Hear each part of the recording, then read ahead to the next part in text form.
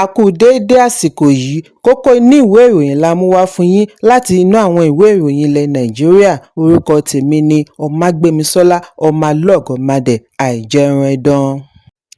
Ààrẹ Bọ́lá Tinubu ti kéde ìṣekúpa adarí Islamic State Abu Bilal al-Mannouki tí wọ́n tún mọ̀ sí Abu Mainouki níbi ìkọlù alápapọ̀ tí ológun Nàìjíríà àti United States jọ ṣe ní Lake Chad Basin. Nínú àtẹ̀jáde òní, ọjọ́ Àbámẹ́ta tí Ààrẹ Tinubu fúnra rẹ̀ buwọ́lù ní Tinubu ti ní ìkọlù yìí ṣe àpẹẹrẹ àṣeyọrí iṣẹ́ àjùmọ̀ṣe láti gbógun ti àwọn adàlúrú láàrin orílẹ̀-èdè méjèèjì. Ààrẹ ní ológun Nàìjíríà tó ń ṣiṣẹ́ papọ̀ pẹ̀lú ológun US ṣe ìkọlù alágbára tí ó tàbùkù àwọn alágbára àárín ẹgbẹ́ adàlúrú Islamic State. Ó fi kún un wípé wọ́n ti fìdí ikú adarí IS múlẹ̀ pẹ̀lú ọ̀pọ̀ àwọn olóyè láàrin wọn níbi ìkọlù sínú ọgbà wọn ní Lake Chad Basin. Ààrẹ ní Nàìjíríà mọ rírì ìbáṣepọ̀ pẹ̀lú US bí ó ti gbóríyìn fún àwọn òṣìṣẹ́ ológun tí wọ́n lọ́wọ́ nínú ìkọlù fún iṣẹ́ àṣedájú wọn professionalism àti ìgboyà, bí ó ti ní òun retí ìkọlù mìíràn tako àwọn adàlúrú níbi kọ́lọ́fín wọn jákèjádò orílẹ̀-èdè. Síwájú àkókò yìí ni Ààrẹ United States Donald Trump fìdí ìkọlù yìí múlẹ̀ bí ó ti ṣe àpèjúwe al-Mannouki ní ògbólógbòó adàlúrú jùlọ lágbàáyé.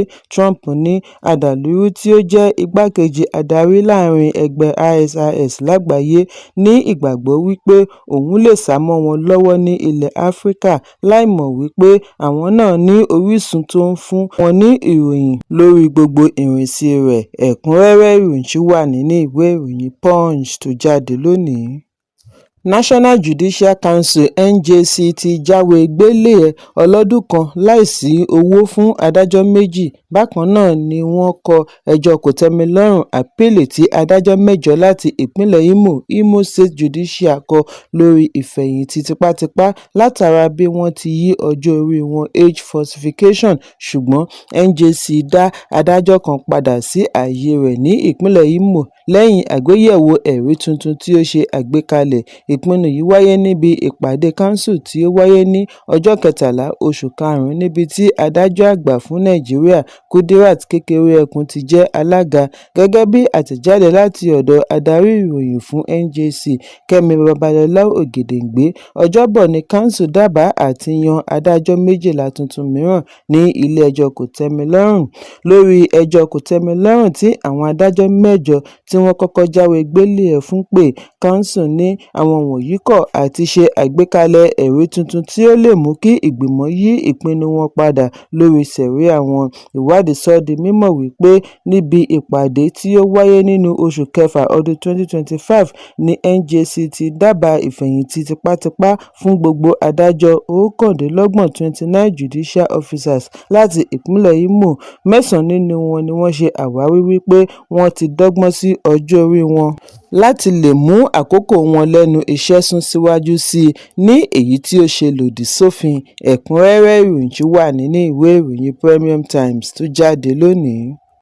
Lánàá ni igbákejì ààrẹ àtijọ́ Atiku Abubakar ké sí ìjọba àpapọ̀ àti ìjọba ìpínlẹ̀ Kaduna kí wọ́n tètè yọ̀ǹda gómìnà àná fún ìpínlẹ̀ Kaduna Nasir El-Rufai bí ó ti ṣe àpèjúwe àhámọ́ yìí síwájú ọdún Eid-el-Kabir ní ìwà ìkà tí kò lẹ́tọ̀ọ́. Atiku ṣe àpèjúwe ìṣẹ̀lẹ̀ yìí ní ìtàpá sí àṣẹ òmìnira, ìjọba àwaarawa àti ìlànà òfin, bí ó ti ṣe ìkìlọ̀ tako lílo ọwọ́ agbára lórí àwọn tí wọ́n rí gẹ́gẹ́ bí alátakò olóṣèlú. Àfihàn yìí wáyé nínú àtẹ̀jáde tí amúgbálẹ́gbẹ̀ẹ́ Atiku Frank Shaibu buwọ́lù. Igbákejì ààrẹ ìjẹta tí ó tún jẹ́ olóyè láàrin ẹgbẹ́ African Democratic Congress (ADC) ṣe àpèjúwe àhámọ́ El-Rufai ní èyí tí ó ní ọwọ́ kan òṣèlú nínú tí kò lọ pẹ̀lú ìlànà òfin àti ìjọba àwaarawa. Ẹ̀kúnrẹ́rẹ́ ìròyìn ṣì wà nínú ìwé ìròyìn Punch tó jáde lónìí. Coordinating Minister of Health and Social Welfare Mohammed Ali Pate ti darí àwọn òṣìṣẹ́ ilé-ìwòsàn ẹ̀kọ́ṣẹ́mọṣẹ́ Uyo, ìpínlẹ̀ Akwa Ibom kí wọ́n wọ́gi lé ìyanṣẹ́lódì padà sẹ́nu iṣẹ́ lẹ́yìn rògbòdìyàn tí ó dìrọ̀ mọ́ iṣẹ́ àwọn òṣìṣẹ́ àjọ tó ń gbógun ti ìwà ìbàjẹ́ àti ìṣòwò ìlú kúmọkùmọ EFCC nínú ọgbà ilé-ìwòsàn. Pate ṣe àfihàn yìí nínú lẹ́tà tí ó kọ ránṣẹ́ sí Chief Medical Director Ọ̀jọ̀gbọ́n Bassey ní ọjọ́ 14 oṣù karùn-ún.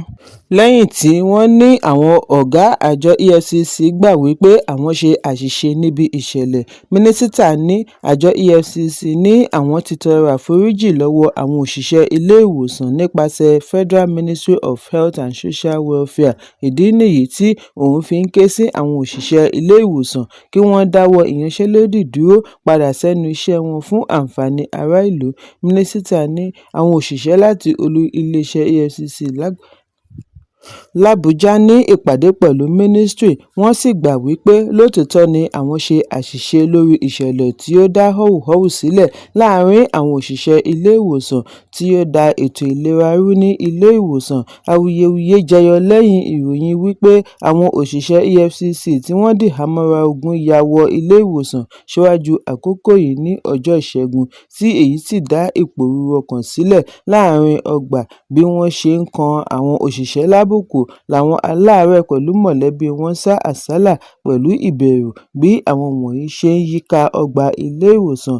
Ẹgbẹ́ àwọn oníṣègùn òyìnbó àti àwọn ẹgbẹ́ ètò ìlera yòókù kọ̀rọ̀ ojú sí ìṣẹ̀lẹ̀ yìí bí wọ́n ti ní ilé-ìwòsàn jẹ́ ibi agbófinró gbọ́dọ̀ dáàbò bò nítorí àlàáfíà aláàárẹ̀. Ẹ̀kúnrẹ́rẹ́ ìròyìn wà nínú ìwé ìròyìn Punch tó jáde lónìí. Olórí òṣìṣẹ́ fún ààrẹ orílẹ̀-èdè Nàìjíríà Fẹ́mi Gbàjàbíàmílà ti ṣe àfihàn lánàá wípé òun fẹ́ pàdánù ipò rẹ̀ lórí ọ̀rọ̀ òṣèlú ilé-ìgbìmọ̀ ìpínlẹ̀ Èkó nígbà awuyewuye tó ní ṣe pẹ̀lú agbẹnusọ Mudashiru Obasa. Gbàjàbíàmílà ṣe àfihàn yìí níbi ìpàdé constituency pẹ̀lú àwọn tí ọ̀rọ̀ kàn tí ó wáyé ní ìpínlẹ̀ Èkó, níbi tí ó ti mẹ́nubà rògbòdìyàn tí ó dìrọ̀ mọ́ òṣèré tí ó di aṣòfin Desmond Elliot. Gẹ́gẹ́ bí àlàyé Gbàjàbíàmílà, ààrẹ Bọ́lá Tinubu ránṣẹ́ sí i nígbà tí ìṣòro yìí pọ̀ ní ilé ìgbìmọ̀ láti béèrè lórí ẹ̀sùn wípé Elliot lọ́wọ́ nínú ìgbésẹ̀ àti da ilé rú. Òun sì mọ̀ wípé ọmọ rẹ̀ ni, ṣùgbọ́n wọ́n ní ó wà lára àwọn tó ń dá wàhálà sílẹ̀ ní ilé ìgbìmọ̀ ìpínlẹ̀ Èkó.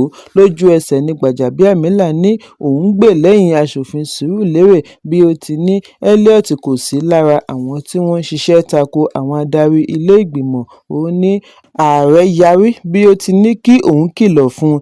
Lẹ́yìn èyí ni agbẹnusọ aṣojú-ṣòfin àná ní kété lẹ́yìn ìpàdé lòun ké sí Elliot kìlọ̀ fún un kí ó yẹra lọ́rọ̀ rògbòdìyàn ilé ìgbìmọ̀ bí ó bá lọ́wọ́ nínú rẹ̀.